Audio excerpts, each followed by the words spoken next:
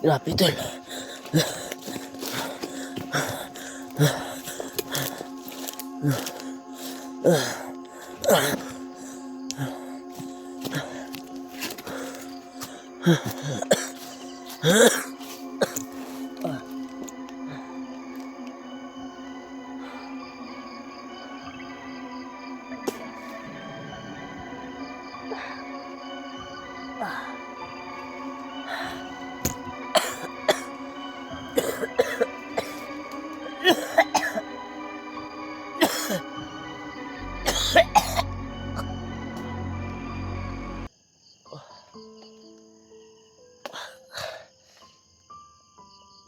Grabe yung nagabol sa akin tol. Muntik na akong nahuli sa 4 na commander na yun. Yung 2 commander na ito, natudas ko talaga. Sobrang sakit ng katawan ko. Tinamaan ng oras yun.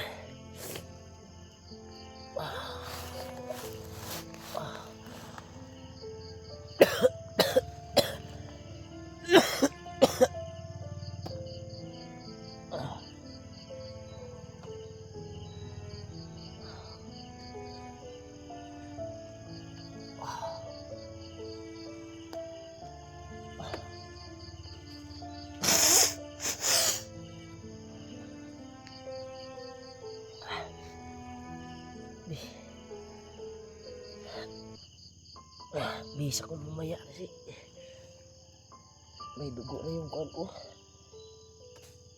Napuno ng dugo. Mabas yung dugo sa ilong ko kanina tol sa pakikipaglaban ko sa 4 na commander na yun. Grabe dami tauhan, pero natunas ko yung mga tauhan. Hindi na ako nakabalik sa area tol kung saan kami nagkahiwalay-walay dahil parang ako yung punteriya nila eh. Parang narinig na lang akong putukan. Sa pagtago ko ay muntik na akong nahuli at nakuha ang bandana. Okay. Natigil na pahinga tol. Yung paghuli nila sa akin ngayon, buti nila layo ako sa kanila at natudas ko yung 2 commander na naghabol sa akin. Grabe, halang talaga bituka yung mga kuha na yun. Balak nila kunin yung bandana ko to para ibigay kay Bagnot. Isa daw to ito sa kapalit sa bata. Kung sakalin mang mahanap namin yung bata. Nawa ko ngayon sa kalagayan ni Janre.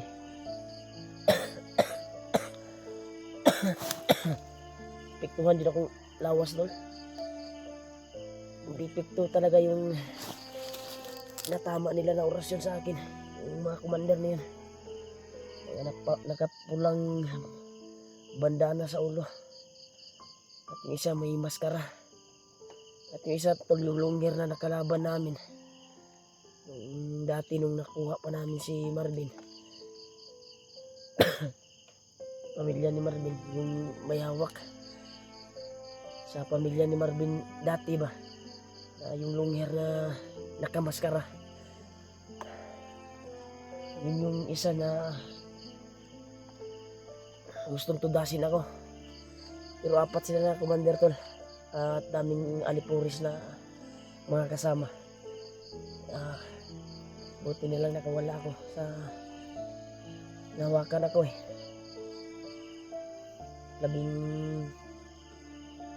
Basta marami sila tol.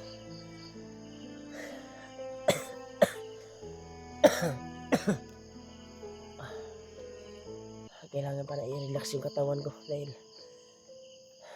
parang hindi ako makahinga.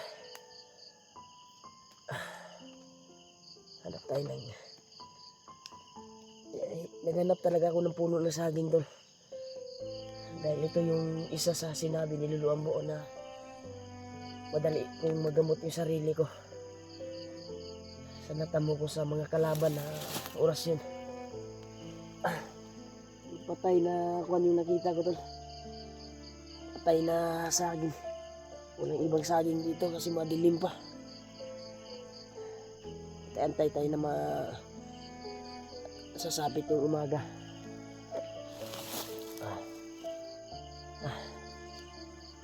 Buti na lang nakawala tayo at hindi tayo nahuli. Nahuli ako tol pero pinipilit ko na makatakas. Nahubad na itong buwan eh. Itong bandana na dala ko. Hubad na talaga at binalot nila sa kuwan tol. May supot silang dala para hindi sila masaktan. Pero pinipilit ko na mabawi kung bandana ko. Kasi sa pagkuha nila sa akin, dinumog ako tol eh. Kagaya nung naligtas ako nila Kuya Bas dati. Ganun yung ginawa nila pero sobrang dami yung nagkuhan sa akin yan. Buti na lang bago tayong punta kay Lolo Ambo at may lakas pa tayo. Hindi kagaya dati na pagkuhan nila sa akin ay wala na tayong masyadong lakas. Dahil sa sobrang haba ng paglalakbay at paghahanap sa pamilya ni Marlin dati.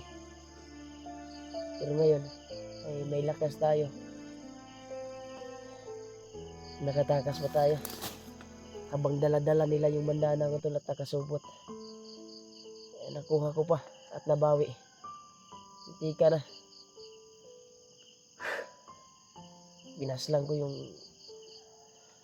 may dalang tol, nagdala sa bandana ko. Kasi naagaw nila to eh. Sinupot nila. Gawa ko talaga ng paraan. Buti na lang nasimpuhan ko. Naagaw ko pa yung bandana ko. Buti na lang kababago lang natin punta kay Lolo Ambo. Nagawa pa natin naagaw yung bandana natin. Ang problema lang, ininda ko yung tama ng orasyon. Nasa alas 3 na siguro ngayon to, alas 2 ng umaga.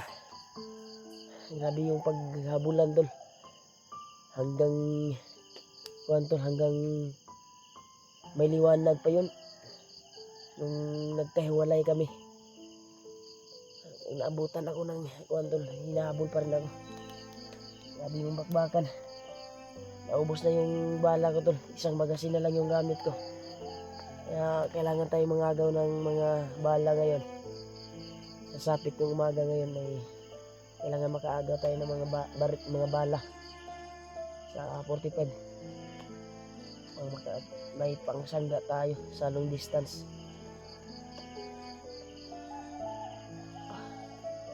Alam ko po na alerto sila ngayon pagsapit ng umaga ngayon.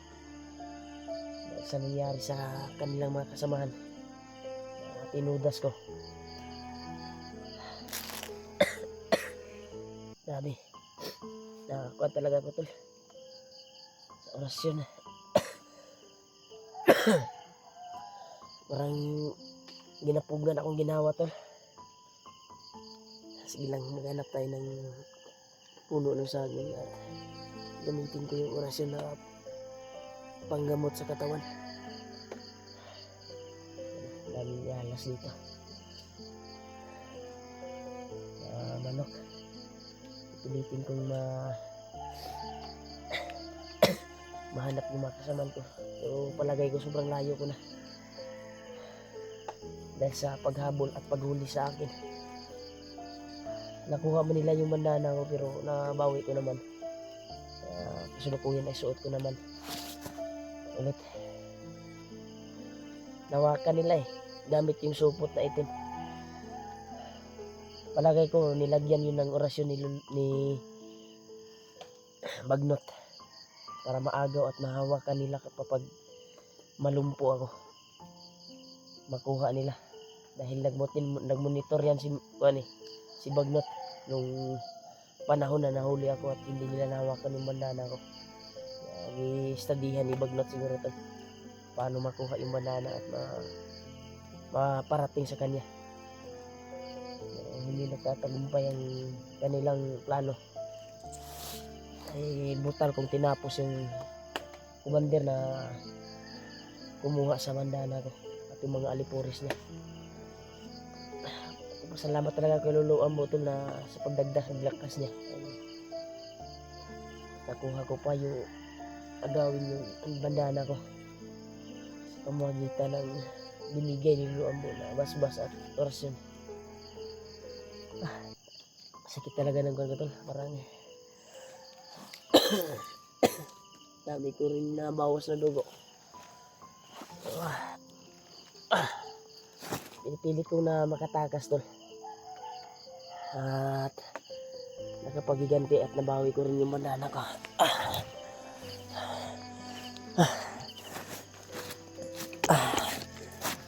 Lalayo tayo dito tol. Sobrang kuwan talaga. Wala talagang puno ng saging dito.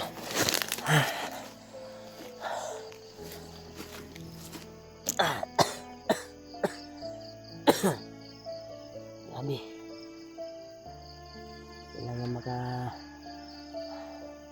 balik tayo sa area kung saan kami nagkahiwalay.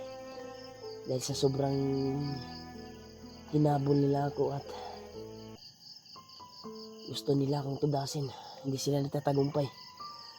Pero pipilitin kong kuantol doon sa pinaghiwalayan namin. Babalik ako doon. Antay-antay lang ako na sasapit yung liwanag.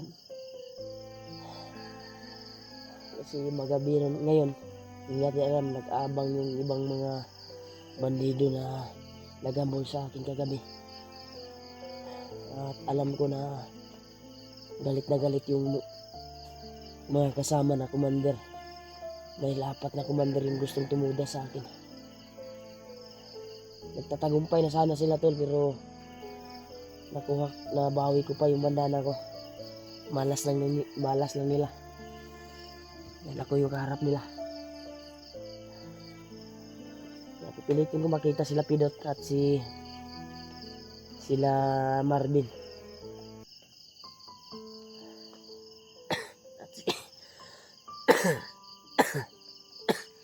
Grabe. Napuruhan talaga ako sa ginamit nila sa orasyon upang mataob ako.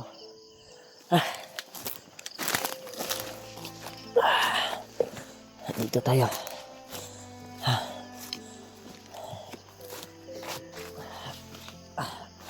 Grabe. Grabe tol.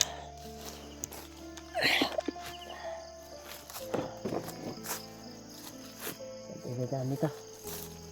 Madilim pa yung daanan.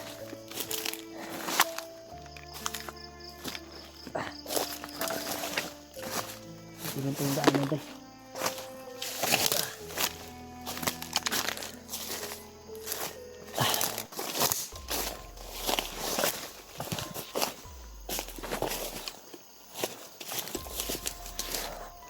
Dito tayo dito.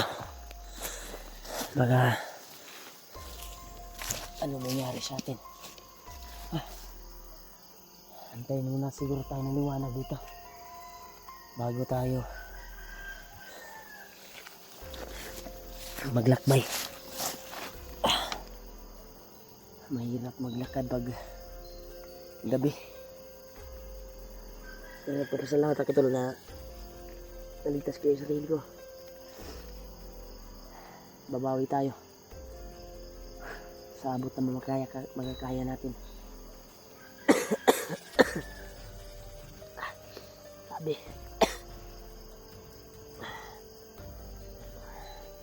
ninda ko talaga yung pinatama nila na orasyon sa akin. Hindi ko maiwasan na kuando ay lapat sila na commander at may mga alipuris pa na gustong hulihin ako. Pero malas lang yung dalawang commander ay tudas talaga. Buti na agaw ko pa ulit yung iwan ko.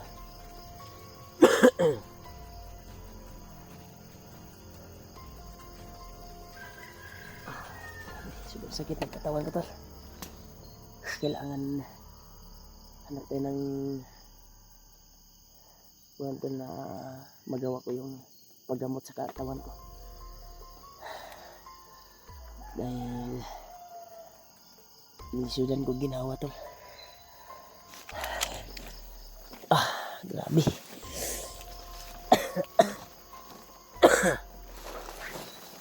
Hindi ko makita-kita yung daanan dito.